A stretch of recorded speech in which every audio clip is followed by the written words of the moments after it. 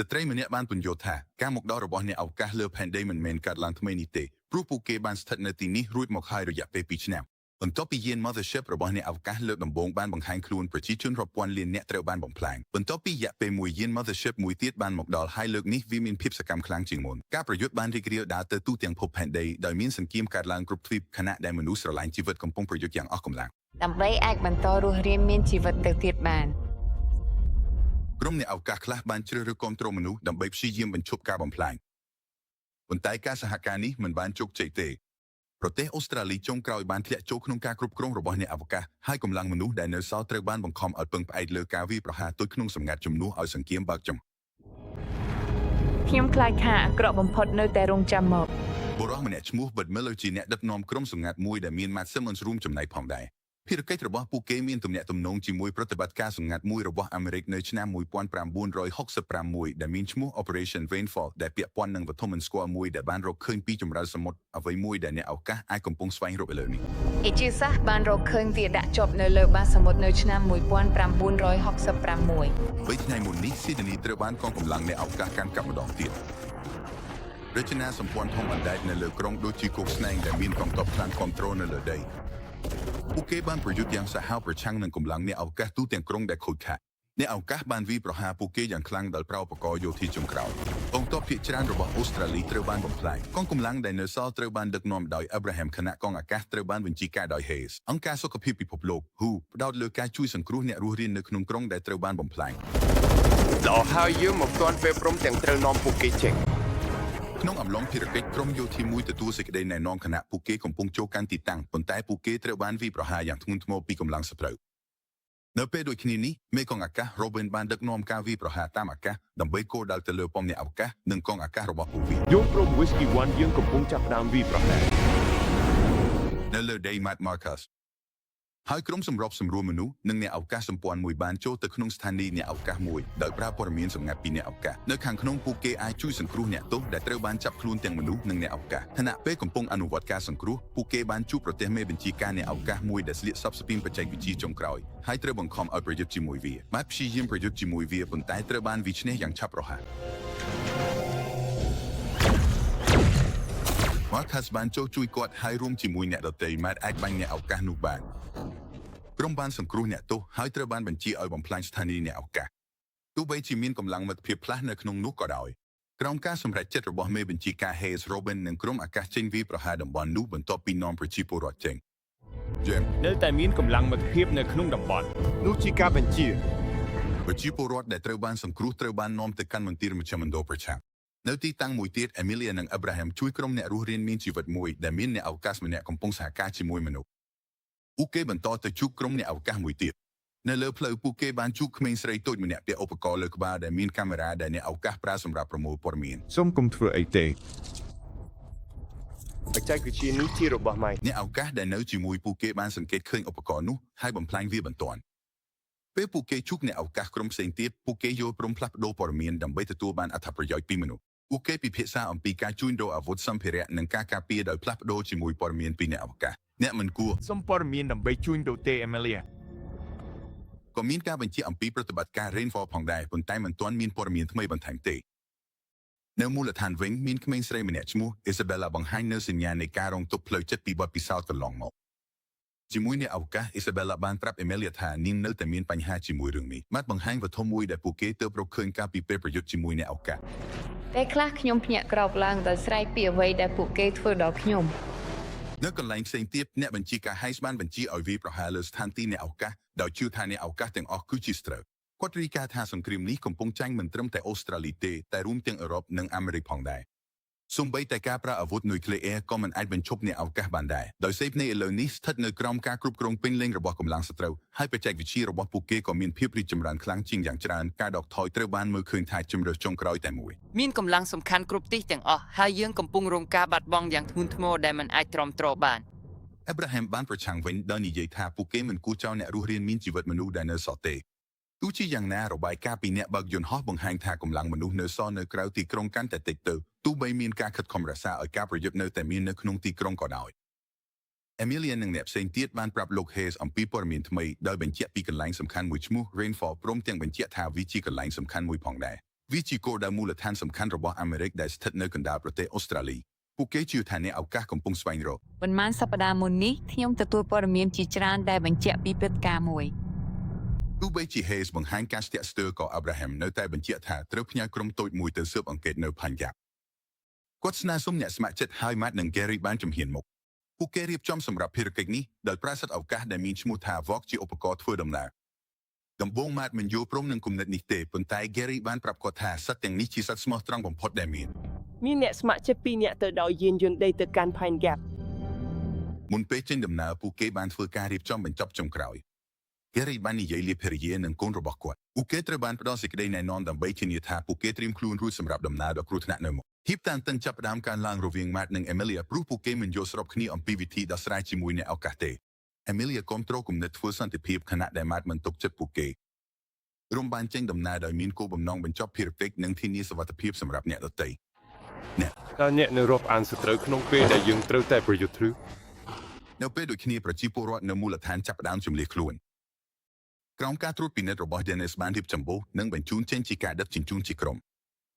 នៅពេលពួកគេផ្លាស់ទីចេញ Matt និង Gary ដែលកំពុងធ្វើដំណើរនៅក្នុងរថយន្តវ៉ានត្រូវបានវាយប្រហារដោយកម្លាំងឱកាសភពផ្សេងយ៉ាងភ្លាមភ្លាត់ក្រុមដឹកជញ្ជូនត្រូវបានវាយប្រហារយ៉ាងធ្ងន់ធ្ងរហើយបាត់បង់យ៉ាងសំខាន់នៅមូលដ្ឋានវិញ Amelia រកនឹងឃើញ Marcus ហើយចាប់ផ្ដើមព្រួយបារម្ភ ប្រយ័ត្ន ខណៈពេល Matt និង Gary កំពុងប្រយុទ្ធនឹងឱកាសភពផ្សេង Marcus បានបង្ហាញខ្លួនចេញពីកន្លែងលាក់នៅក្នុងរថយន្តវ៉ានស្ថានភាពនេះធ្វើឲ្យ Matt ខឹងប៉ុន្តែ Gary ព្យាយាមបញ្ចុះបញ្ចូលឲ្យគេជឿថា Marcus អាចជួយពួកគេបានពេលការវាយប្រហារខ្លាំងឡើងពួកគេហៅជំនួយបន្ថែមនិងជំនួយអាកាសការពារខ្លួនក្នុងភាពចលាចលមនុស្សត្រូវបានប្រាប់ឲ្យក្រាបចុះគេចពីអ្នកវាយប្រហារដែលឡោមព័ទ្ធឡានក្រុងមួយបានជាប់គាំងជាមួយមនុស្សនៅខាងក្នុងហើយស្ថានភាពកាន់តែអាសន្ន បានប្រាប់ឲ្យសំភាស Gary សំភាសទៅប្រយ័ត្នសំភាសទៅ មេក្រុមហ៊ុន Robin ឆ្លើយតបដល់ការការពារតាមអាកាស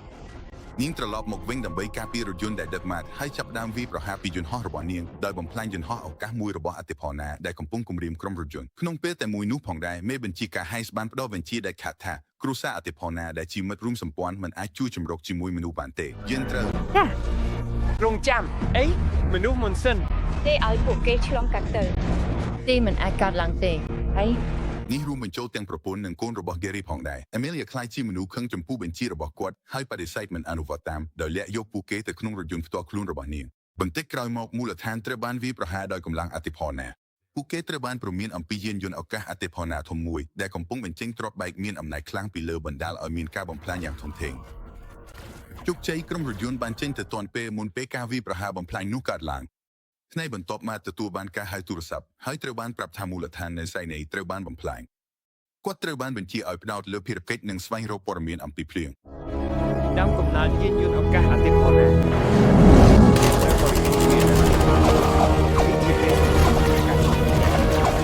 ក្រោយមក Matt, Marcus និង Gary បានមកដល់គោលដៅរបស់ពួកគេដំបូង Matt មិនយល់ព្រម Marcus ទៅជាមួយទេប៉ុន្តែចុងក្រោយក៏យល់ព្រមពួកគេធ្វើដំណើរឆ្លងកាត់វាលខ្សាច់ដោយប្រាសាទ Vogue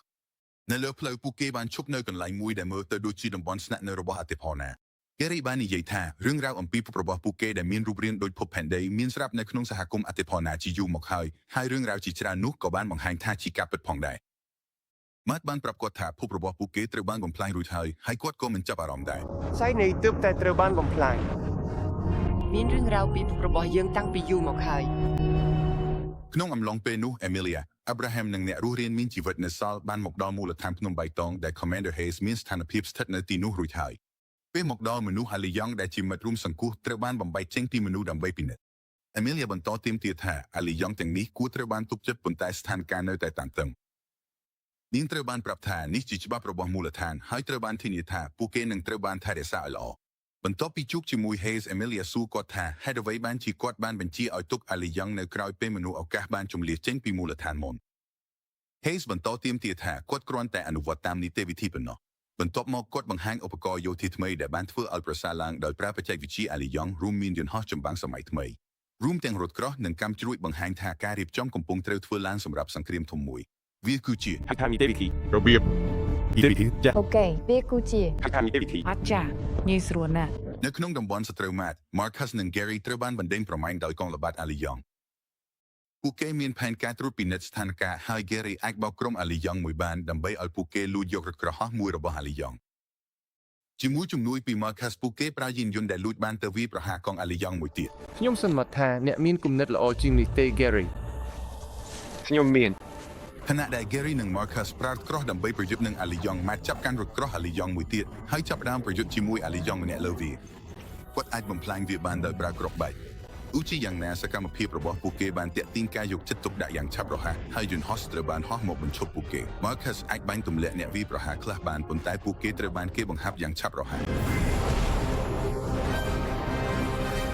ក្នុងអំឡុងពេលចំនួនម៉ាត់បានប្រយុទ្ធផ្ទាល់ជាមួយមេបញ្ជាការអាលីយ៉ង់ម្នាក់សត្វនោះបានបង្ខំឲ្យគាត់ទៅកាន់យានយន្តដែលកំពុងឆេះដើម្បីព្យាយាមធ្វើឲ្យគាត់រងរបួសដោយកម្ដៅខ្លាំងមុនពេលស្ថានភាពคล้ายជាអាសន្នសត្វ Vox មួយបានរត់ចូលមកសម្លាប់អាលីយ៉ង់នោះហើយជួយសង្គ្រោះម៉ាត់បន្ទាប់មក Gary បានប្រាប់ម៉ាត់ថាគាត់បានរកឃើញថាអាលីយ៉ង់កំពុងស្វែងរកភ្លៀង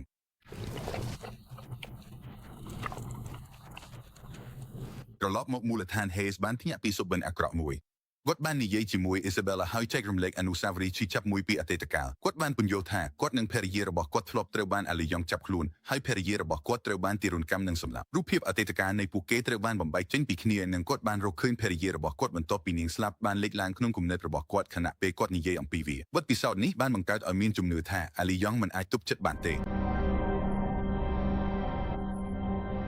ទី Amelia ចាប់ផ្ដើមមានអារម្មណ៍ស្អប់ចំពោះ Hayes ដោយនិយាយថានាងមិនទប់ចិត្តគាត់ទេយប់នោះនៅក្នុងវាលខ្សាច់ម៉ាត Marcus និង Gary បានដាក់ជំរំ Marcus បានជូនដំណឹងទៅមូលដ្ឋានថាអាលីយ៉ង់កំពុងតាមរកភ្លៀងហើយគេត្រូវបានបញ្ជាឲ្យផ្ដោតលើភារកិច្ចនិងឈានដល់គោលដៅមុនពួកអាលីយ៉ង់វា នោះជាពាក្យធ្ងន់ធ្ងរមួយណាស់ដែលនិយាយមកខ្ញុំ សូមស្ងៀមមើលទៅគាត់នៅជាប់ជាមួយយើងណាយកទេ ខណៈពេលកំពុងសម្រាក Marcus បានតាក់ទងជាមួយ Vox ដោយចំណាយពេលបំបិលសូកូឡាតពូវាបន្ទាប់មក Matt បានមកជិតហើយប្រាប់គាត់ឲ្យចម្អិនអាហារឲ្យពួកគេបរិភោគខណៈពេលពួកគេនិយាយ Matt បានរកឃើញវិជ្ជានុក្រមរបស់ Gary ហើយកំ pl ែងអំពីវារឿងនេះធ្វើឲ្យ Gary ខឹងហើយគាត់ប្រាប់ Matt ថាគាត់កំពុងព្យាយាមរៀនភាសារបស់ពួកអាលីយ៉ង់ខណៈដែល Matt មិនធ្វើអ្វីសោះ Matt ឆ្លើយថាគាត់មិនខ្វល់អំពីភាសាអាលីយ៉ង់ទេហើយមនុស្សជាអាទិភាពតែមួយរបស់គាត់ខ្ញុំខ្វល់អំពីមនុស្សនៅពីក្រោយខ្ញុំការពារអ្នកនៅក្បែរខ្ញុំ Gary បានដឹងយ៉ាងឆាប់រហ័សថាមានសត្វប្រហារដ៏គ្រោះថ្នាក់មួយឈ្មោះ Select ស្ថិតនៅជិត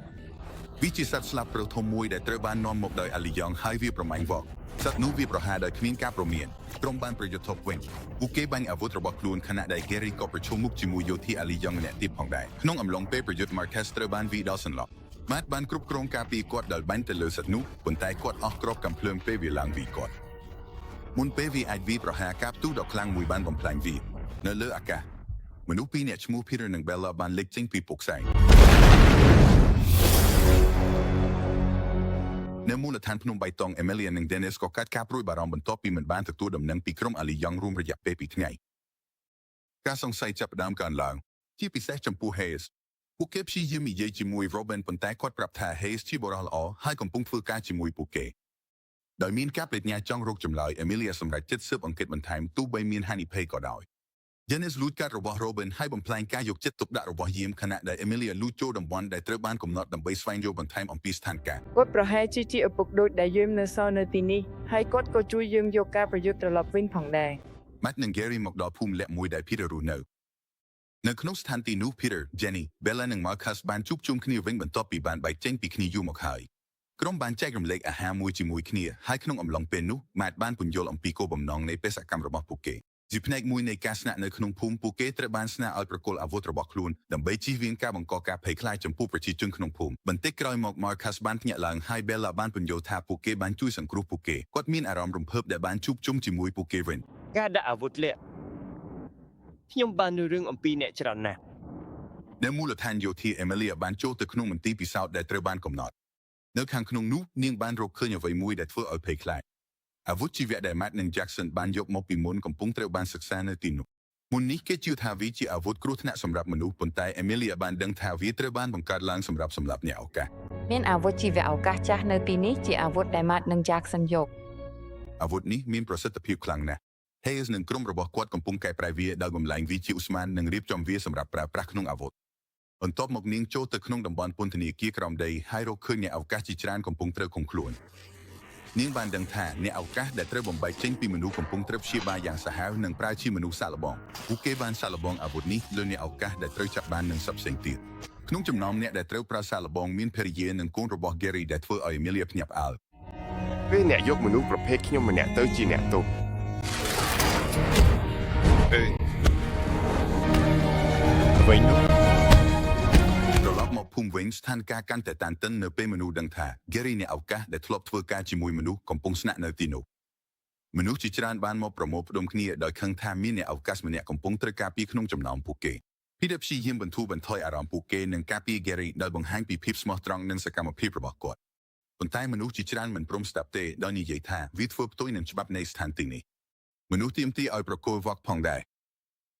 Marcus រត់ចេញមកហើយជែកជាមួយពួកគេដើម្បីការពារសត្វទាំងនោះនៅពេលស្ថានភាពកាន់តែតានតឹង Gary បានដើរជិនមុខហើយស្នើឲ្យខ្លួនឯងទៅក្រុមមនុស្សគាត់ស្នើសុំឲ្យពួកគេកុំធ្វើអាក្រក់ដល់គ្រួសាររបស់ Peter ហើយទទួលស្គាល់ថាពួកគេអាចចង់សង្សឹកដោយបង្ហាញថាគាត់ព្រមទទួលខុសត្រូវដោយខ្លួនឯងមនុស្សជាច្រើនបានវងជុំវិញ Gary ហើយគាត់ត្រូវបានអូសចូលទៅក្នុងការប្រយុទ្ធដ៏សាហាវមួយបន្ទាប់ពីមួយរយៈមនុស្សជាច្រើនបានលើកលំបាកគាត់ម៉ាត់បន្ទាប់មកបានដើរចូលមកហើយបាញ់កាំភ្លើងរបស់គាត់ដោយបញ្ជាពួកគេឲ្យលែងចេញពី Gary គាត់ប្រាប់ពួកគេថាពួកគេនឹងចាក់ចេញពីស្ថានទីនោះមនុស្សជាច្រើនយល់ព្រមហើយទាមទារឲ្យយក Gary ចេញទៅនៅពេលពួកគេរៀបចំចេញ Peter និង Bella សម្រាប់ចិត្តចូលរួមជាមួយ Matt និងអ្នកដទៃក្នុងបេសកកម្មរបស់ពួកគេខ្ញុំ មិនដែលឃើញគាត់ម្ដងទៀតទេវាស្លាប់ហើយ នៅមូលដ្ឋាន Amelia ត្រូវបានឃុំខ្លួនហើយនាំមកមុខ Hayes ខណៈដែល Abraham មកដល់បន្តិចក្រោយនាងបានបង្ហាញអំពីអ្វីដែលនាងបានឃើញនៅក្នុងមន្ទីរពិសោធន៍និងរបៀបដែលអ្នកអភិវឌ្ឍបានព្យាបាលអ្នកអវកាសដែលត្រូវចាប់យ៉ាងអាក្រក់ដោយពន្យល់ថាអាវុធនោះនឹងសម្លាប់អ្នកអវកាសទាំងអស់រួមទាំងអ្នកដែលកំពុងជួយមនុស្សផងដែរ Hayes ឆ្លើយតបថាវាជាអ្វីចាំបាច់សម្រាប់ការរស់រានមានជីវិតប៉ុន្តែស្ថានភាពបានកើនឡើងយ៉ាងឆាប់រហ័សពេលដែលអ្នកអតីតដឹងពីផលវិបាក ការបំពេញការធ្វើពិសោធន៍មានរយៈប៉ុណ្ណេះ ការមិនយល់ស្របបានបំលែងទៅជាការប្រយុទ្ធបើកចំហឲ្យមនុស្សគ្នាបានដកអាវុធចេញជុំគ្នាកាប់តែន Wessex បានចូលមកពាក់ព័ន្ធយកការត្រួតពិនិត្យស្ថានភាពហើយបញ្ជាឲ្យចាប់ខ្លួន Hayes និងអ្នកគ្រប់គ្រងរបស់គាត់បន្តិចក្រោយនាវាចម្បាំងអ្នកអវកាសធំ3គ្រឿងបានមកដល់ហើយសម្លេងរោទប្រមានក៏លេចឡើងទូទាំងមូលដ្ឋាន កាប់តែន Bailey តើអ្នកអាចដកបញ្ជាការរបស់គាត់ចេញពីខាងគាត់បានទេ Endless ក្នុងអំឡុងពេលនោះ Matt, Peter, Bella, Marcus និង Gary បន្តដំណើររបស់ពួកគេហើយចុងក្រោយបានទៅដល់ Pine Gap នៅទីនោះពួកគេបានជួប Bud Miller ជាជំសើបអង្កេត CIA ជាមួយនឹងអ្នកអវកាសម្នាក់ឈ្មោះ Steve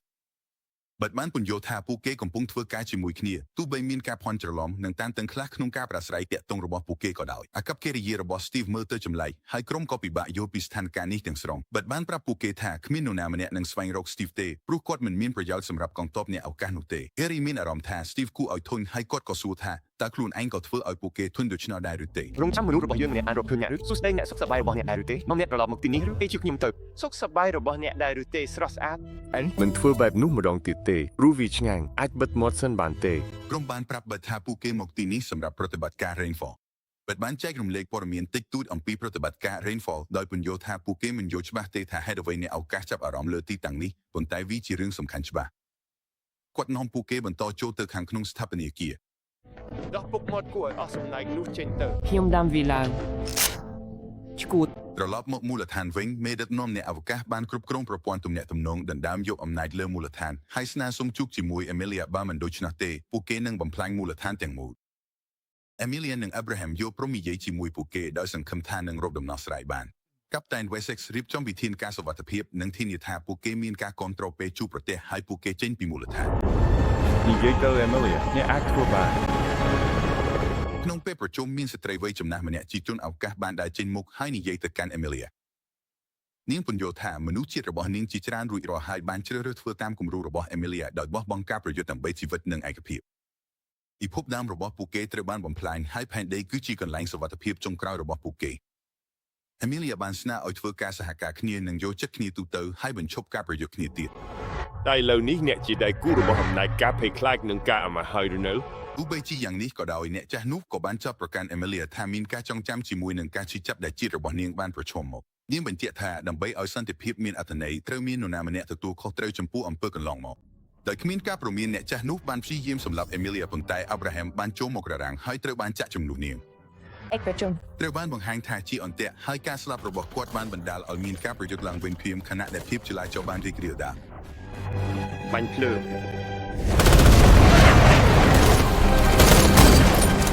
នៅផែនកាប់បិទ Miller បានដឹកនាំម៉ាត់និងអ្នកអតីតចូលទៅកាន់គម្រោង Rainfall ឆ្ងាយជាងមុនពួកគេបានរកឃើញថាតំបន់នោះមិនមែនជាគ្រឹះស្ថានធម្មតាទេប៉ុន្តែជា asteroid មួយដែលបានបាំងនៅក្រោមដីវត្ថុនេះត្រូវបានជនជាតិអវកាសផ្ញើមកផែនដីកាលពីលានឆ្នាំមុនហើយគេជឿថាវាជាមូលហេតុនាំឲ្យសត្វ dinosaur បាត់បង់ជីវិតបច្ចេកវិទ្យាអវកាសបានរួមបញ្ចូលជាមួយវាហើយបើជឿថាជនជាតិអវកាសមានផែនការទៅយកវាមកវិញនិងប្រើវាជាអាវុធម្ដងទៀត សកម្មភាពការងាររបស់ពួកគេទាំងអស់គ្នា យានយន្តធំរបស់ពួកគេអាចលើកវាឡើងទៅឱកាសបានដែលអាចប្រើវាដើម្បីបំផ្លាញភពផែនម៉ាត់បានដឹងពីគ្រោះថ្នាក់នេះហើយបានទំនាក់ទំនងទៅកាន់ Hayes ដើម្បីប្រាប់អំពីស្ថានភាពមានផែនការមួយត្រូវបានណែនាំឲ្យបំពុល asteroid នោះដោយសារធាតុជីវៈដើម្បីឲ្យជនជាតិអវកាសយកវាទៅហើយពួកគេនឹងត្រូវបំផ្លាញនៅពេលវាត្រូវបើកដំណើរការ Gary បានធ្វើអារម្មណ៍ខឹងខ្លាំងចំពោះគំនិតនេះហើយបានបំផ្លាញឧបករណ៍ទំនាក់ទំនងព្រោះគ្រួសាររបស់គាត់នៅតែជួបគ្រោះថ្នាក់ភាពតានតឹងរវាងគាត់និង Matt បានបំលែងទៅជាការប្រយុទ្ធខ្លីមួយស្ថានភាពបានផ្លាស់ប្ដូរនៅពេល Gary ប៉ះ asteroid បណ្ដាលឲ្យវាដំណើរការឡើងវិញបន្ទាប់ពីស្ងៀមស្ងាត់អស់ជាច្រើនទសវត្សរ៍ក្រុមគ្រួសារត្រូវបានភ្ញាក់ផ្អើលដោយអ្វីដែលកើតឡើងហើយ Steve បានបញ្ជាក់ថាបច្ចេកវិទ្យានេះឆ្លើយតបតែចំពោះដំណើររបស់ជនជាតិអវកាសជាក់លាក់ប៉ុណ្ណោះស្ថានភាពនេះបានផ្ញើសញ្ញាទៅកាន់ជនជាតិអវកាសអំពីទីតាំងនៃគម្រោង Rainfall ហើយពួកគេបានផ្លាស់ទីទៅទីនោះ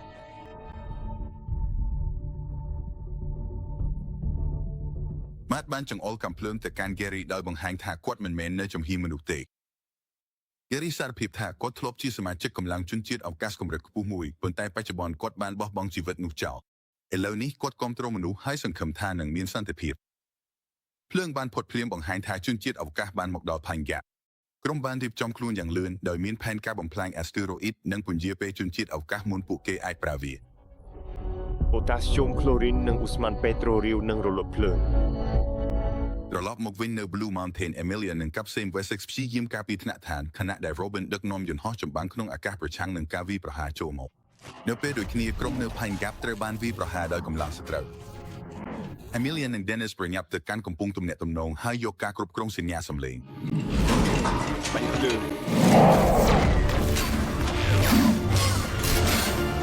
នាងបានប្រមាន Robin យ៉ាងបន្ទាន់កុំឲ្យបាញ់មីស៊ីលដែលមានអាវុធឧស្ម័នព្រោះនៅតំបន់នោះនៅមានប្រជាពលរដ្ឋនិងជនជាតិអវកាសសម្ព័ន្ធ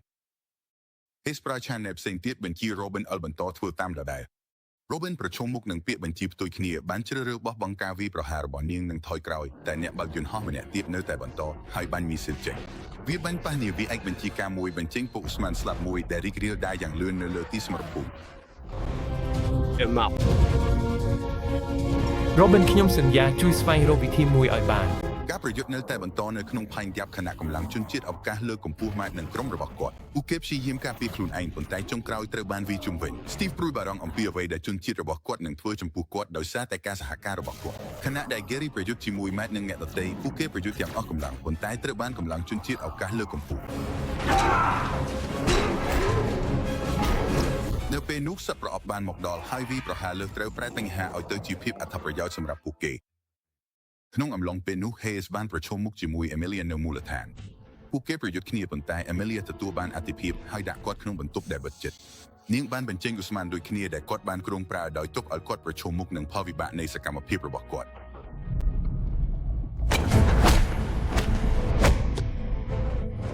ត្រឡប់មកផែនកាប់យានអវកាសជនជាតិអវកាសដ៏ធំមួយបានចុះមកភ្ជាប់ខ្លួនជាមួយ asteroid ហើយចាប់ផ្ដើមលើកវាចេញពីដី Matt, Gary និង Bella ត្រូវបានទាញឡើងខ្ពស់ជាមួយវាប៉ុន្តែ Peter មិនអាចតាមទៅបានទេហើយត្រូវបានទុកសល់ខណៈដែល Peter រលីចិត្តព្រោះគាត់ដឹងថាកូនស្រីរបស់គាត់ត្រូវបានយកទៅ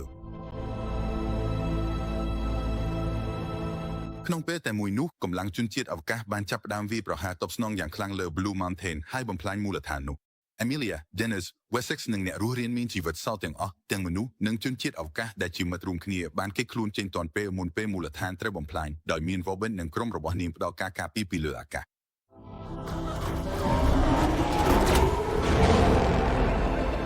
បន្ទាប់មក Peter ជួបអ្នករស់រានពីមូលដ្ឋាន Blue Mountain គាត់ប្រាប់រឿងដែលកើតឡើងថា Matt, Marcus និងអ្នកផ្សេងទៀតទៅដល់ Pine Gap ប៉ុន្តែពួកអវកាសចាប់ពួកគេហើយយក asteroid វិញព្រមទាំងនាំអ្នកផ្សេងទៅដែរ